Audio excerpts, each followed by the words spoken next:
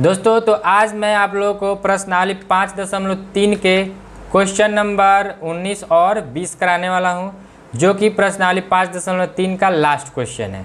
तो इसको ध्यान से समझिएगा। इसमें क्या है कि 19 और 20 नंबर आपको देखने में बहुत लंबे लंबे क्वेश्चन दिखेंगे, तो इससे डरना नहीं है, इसको समझना है। मैं इसको बहुत ही आसान तरीके से समझाने का कोशिश करूँगा, आप लोग इसको समझने का कोशिश कीजिएगा। तो देखिए 19 नंबर क्वेश्चन क्या है। कह रहा है कि 200 लट्ठों की ढेरी के रूप में इस प्रकार रखा जाता है। सबसे नीचे वाली पंक्ति में 20 लट्ठे, उससे अगली पंक्ति में 19 लट्ठे, उससे अगली पंक्ति में 18 लट्ठे इत्यादि। देखिए आकृति 5.5 में, यानी कि ये 5.5 आकृति है। इसमें क्या है कि सबसे नीचे 20 लट्ठे हैं, इससे ऊपर 19 और फिर इससे ऊपर 18 है। ठीक है। फिर क्या कर रहा है कि ये 200 लट्ठे कितनी पंक्ति में रखे गए हैं, यानी कि पंक्ति मालूम नहीं है, यानी कि इसमें कितने पंक्ति में रखे जाएंगे ये हमें मालूम नहीं है। तथा कह रहा है कि सबसे ऊपरी पंक्ति में कितने लट्ठे होंगे, हमें n पता नहीं है, और फिर पूछ रहा है कि सबसे ऊपर में कितने लट्ठे होंगे। तो इसको देखिए कैसे निकालते हैं। तो यहाँ पे मेरा वीडियो आप लोग को दिख रहा होगा, तो यहाँ से मैं इसको हटाता हूँ ताकि यहाँ पे स्पेस बन जाए। ठीक है। तो यहाँ पे देखिए हल क्या कह रहा है कि सबसे नीचे आपका 20 लट्ठा है, उसके नीचे ऊपर आपका 19 है, फिर उसके ऊपर 18 है। ऐसे करके आपको आगे तक जाना है। अब जितना पद में इस 200 लट्ठे को आप सजा दीजिए। तो हमें n नहीं पता है, और सबसे ऊपरी में पूछा है, यानी कि हम यहाँ पे मान लेते हैं कि लास्ट में जो होगा an होगा, और उसमें हम लोग निकाल लेंगे कितना लट्ठा उसमें है। ठीक है। तो ये क्या हो गया, एक आपका AP में बन गया। अब देखिए यहाँ से क्या हो गया कि A बराबर 20 हो जाएगा, और D निकालिएगा तो ये क्या हो जाएगा A2 माइनस A1। तो A2 माइनस A1 यानी कि 19 माइनस 20 बराबर क्या हो जाएगा -1। ठीक है। अब A हो गया, D हो गया, और हमें N निकालना है, तो N बराबर व्हाट लिख देते हैं। ठीक है। और फिर क्या पूछा है कि सबसे ऊपरी पंक्ति में कितना है, यानी AN भी हमें निकालना है, तो AN बराबर भी हमें निकालना है। और देखिएगा तो यहाँ पे टोटल 200 लट्ठे हैं। तो 200 लट्ठे जब टोटल हैं, यानी कि SN बराबर क्या है 200। ठीक है। अब देखिए यहाँ पे A दिया है, D दिया है और SN दिया है। तो हम यहाँ से क्या करेंगे कि N का वैल्यू निकालेंगे। तो SN बराबर क्या होता है n/2 into 2A plus n-1 into D। ठीक है। अब SN के जगह पर क्या हो जाएगा 200 बराबर n के जगह पर n ही होगा बट्टा में 2, और फिर 2 गुने A के जगह पर 20, तो यहाँ पे गुना 20 प्लस n-1 इंटू D के जगह पर क्या हो जाएगा -1, तो यहाँ पे हो जाएगा गुना -1। ठीक है। अब यहाँ पे देखिए ये n/2 है, जब 2 इधर जाएगा तो गुना में हो जाएगा, तो 200 गुने 2 बराबर n, और ये हो जाएगा 20 दूना 40। अब -1 से n में गुना कीजिएगा तो -n हो जाएगा, और फिर -1 से -1 में गुना कीजिएगा तो ये प्लस का 1 हो जाएगा। तो फिर आगे बढ़िएगा तो ये क्या हो जाएगा 200 गुने 2 400 बराबर n। अब यहाँ पे 40 प्लस 1 क्या हो जाएगा 41 और -n। फिर आगे बढ़िएगा तो ये हो जाएगा 400 बराबर, अब n से इस दोनों में गुना करना है, तो n इंटू 41 क्या हो जाएगा 41n, और फिर -n गुने n क्या हो जाएगा n²। अब इस दोनों को इधर भेज देते हैं, तो ये क्या हो जाएगा इधर -n² है, इधर आएगा तो +n² हो जाएगा। इधर +41n है, इधर आएगा तो -41n हो जाएगा, और इधर +400 है तो +400 ही हो जाएगा, और बराबर 0 लिख देते हैं। ठीक है। तो ये क्या हो गया, एक द्विघात समीकरण हो गया। अब यहाँ से हमें क्या करना है कि n का वैल्यू निकालना है, तो हम क्या करेंगे इसका गुणनखंड करेंगे। तो आप लोग इसको द्विघात समीकरण में पढ़िएगा, तब तक मैं इसको बताता हूँ कि ये क्या हो जाता है, कैसे होता है। तो n² माइनस 41n प्लस 400 है बराबर 0। अब इसको इस प्रकार तोड़ा जाता है, जैसे कि इसमें और इसमें गुना कर दीजिए, तो ये हो जाएगा टोटल आपका 400n²। अब 400n² को हमें इस प्रकार से तोड़ना है कि जोड़ने या घटाने पर -41n आ जाए और गुना करने पर 400n² आ जाए। तो इसको कैसे तोड़ते हैं, तो यहाँ पे देखिए कि 400 को अगर हम तोड़े तो 2 से भाग दीजिएगा तो ये 200, फिर 2 से तो 100, फिर 2 से कीजिएगा तो ये 50, और फिर 2 से कीजिएगा तो 25, और फिर ये 5 से 25। अगर आप देखें तो 2 गुने 2 गुने 2 गुने 2, अगर 16 और गुना अगर 25 अगर कर दे तो इसको अगर आप जैसे कि -16 और -25 कीजिएगा तो ये क्या हो जाएगा -41, यानी कि -16n और -25n में 400² को तोड़ दे तो ये -41n आ जाएगा। जोड़ने या घटाने पे -41n आना चाहिए, तो आ गया। अब इसको दोनों को अगर गुना कीजिएगा तो माइनस माइनस प्लस हो जाएगा, और 25 गुने 16 कीजिएगा तो 400n² आ जाएगा। तो इतना आ जाना चाहिए, जो कि आ गया। तो इसका मतलब क्या हुआ कि इसको हम लोग तोड़ेंगे किस में, तो -16 और -25n में तोड़ देंगे। तो यहाँ पे लिखेंगे क्या कि n² -16n और फिर -25n और फिर +400 है तो +400, यानी कि -41 को हम लोगों ने इस रूप में तोड़ दिया, ताकि इसको जोड़ने या घटाने पर 41n आ जाए और गुना करने पर ये 400n आ जाए। ठीक है, अब ये हो गया बराबर 0 के। फिर यहाँ से क्या करते हैं कि इस दोनों को एक साथ और इस दोनों को एक साथ ले लेंगे। तो यहाँ पे क्या हो जाएगा n² -16n। अब चूंकि यहाँ पे माइनस है तो यहाँ पे माइनस लिख दिए और 25n हो जाएगा, और यहाँ पे प्लस है तो हमने क्या किया है यहाँ पे माइनस ले लिया है, तो यहाँ पे भी क्या हो जाएगा -400 हो जाएगा। फिर अगर माइनस में इसमें गुना कीजिएगा तो फिर आपका इतना ही आ जाता है, बराबर 0। अब फिर यहाँ से n कॉमन ले लेते हैं। तो n कॉमन लेना क्या होता है, इसकी उसमें n से भाग दे देना। तो n अगर कॉमन लेते हैं तो यहाँ पे अगर n से एक n कट जाएगा तो यहाँ पे n बच गया, माइनस यहाँ से एक n गायब तो बच गया 16, फिर माइनस यहाँ का माइनस हो गया। अब इसमें से क्या करते हैं कि 25 कॉमन ले लेते हैं, क्योंकि ये 400 भी 25 से कट जाएगा और इसमें 25 तो है ही। तो 25 जब कॉमन लेंगे तो यहाँ पे बच जाएगा n माइनस माइनस, और ये हो गया 25 भागा अगर 400 की जगह 16 यहाँ पे आ जाएगा, बराबर 0। अब इसमें से क्या करते हैं कि यहाँ पे भी n-16 है और n-16 यहाँ पे भी, तो n-16 को कॉमन ले लेते हैं। तो बच क्या गया, यहाँ पे n बच गया और यहाँ पे -25, तो n-25 बराबर हो गया 0। अब दोनों को अलग कर लेंगे। तो दोनों को अलग कैसे करेंगे, तो ये हो जाएगा n-16 बराबर 0, और फिर क्या हो जाएगा n-25 बराबर 0, सॉरी यहाँ पे 0। अब यहाँ से n का मान निकालिएगा तो n बराबर 16 आ जाएगा, और यहाँ पे n का मान निकालिएगा तो 25 आ जाएगा।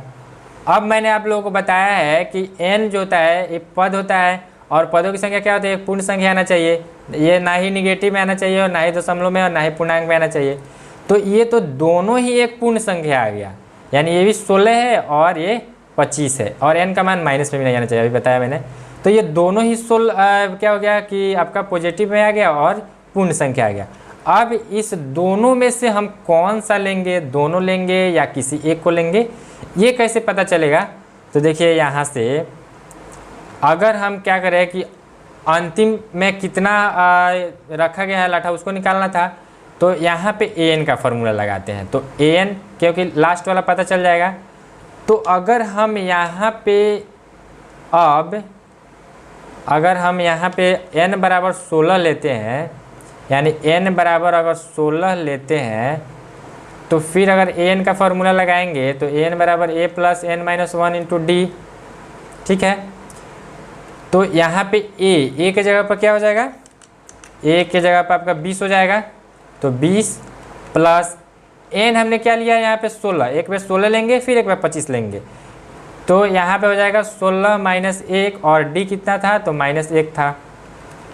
अब ये हो गया 20 प्लस 16 माइनस 1 15 हो जाएगा, और गुने -1 ये हो जाएगा 20, और 15 गुने -1 15, तो ये हो जाएगा 5, यानी कि an बराबर हो गया 5। यानी कि अगर n बराबर 16 लेते हैं, यानी कि टोटल पद अगर उसमें 16 है, तो लास्ट वाले जो पंक्ति में टोटल 5 लट्ठे होंगे।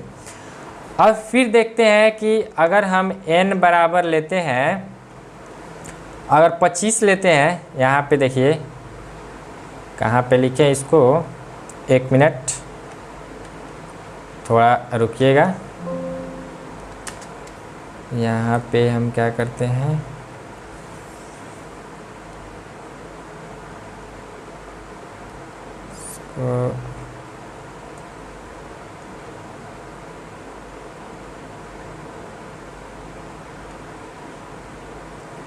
इसको इधर कर देते हैं, ठीक है। और फिर हाँ, तो देखिए अब यहाँ पे क्या करते हैं कि n बराबर 25 लेते हैं। इसको भी तो देख लिया जाएगा क्या इसमें 25 भी पद हो सकते हैं। तो n बराबर 25 हमने ले लिया और यहाँ से हो जाएगा an बराबर a plus n minus 1 into D. अब यहाँ पे a 20 हो जाएगा और प्लस n क्या हो जाएगा 25 माइनस 1 और गुने d क्या हो जाएगा -1।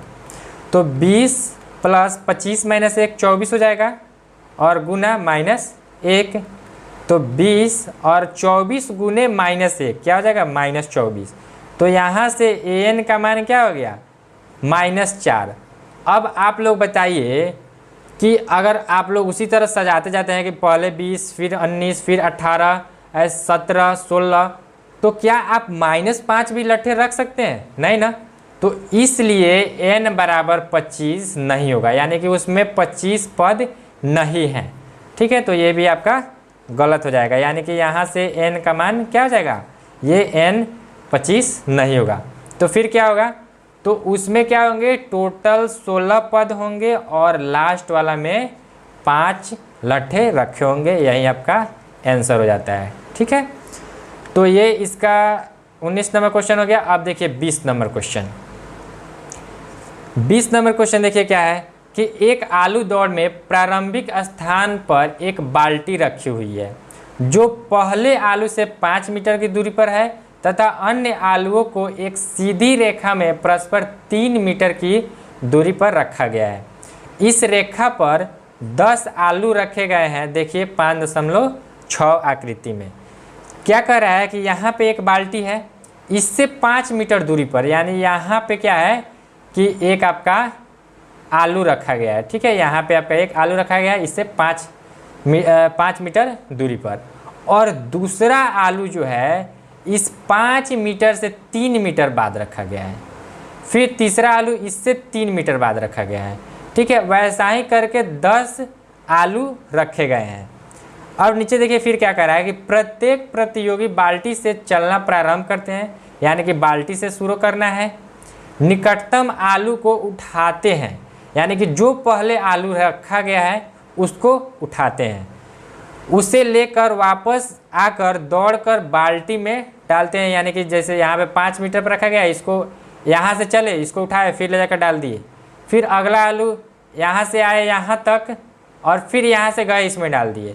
फिर तीसरा आलू उठाने के लिए फिर यहाँ से चलेंगे यहाँ पर, फिर यहाँ से इसमें ले जाकर डाल देंगे। ऐसे जाना है, आना है, ठीक है। तो दूसरा आलू उठाने के लिए वापस दौड़ते हैं, उससे उठाकर वापस बाल्टी में डालते हैं और वह ऐसा तब तक करती है जब तक सभी आलू बाल्टी में न आ जाए, यानी कि 10 आलू को बाल्टी में रखना है। तो इसमें प्रतियोगी को कुल कितनी दूरी दौड़नी पड़ेगी।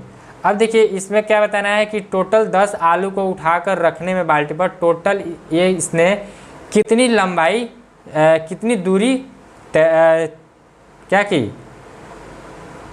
दौड़नी पड़ी इसको, ठीक है, कितनी दूरी दौड़नी पड़ी।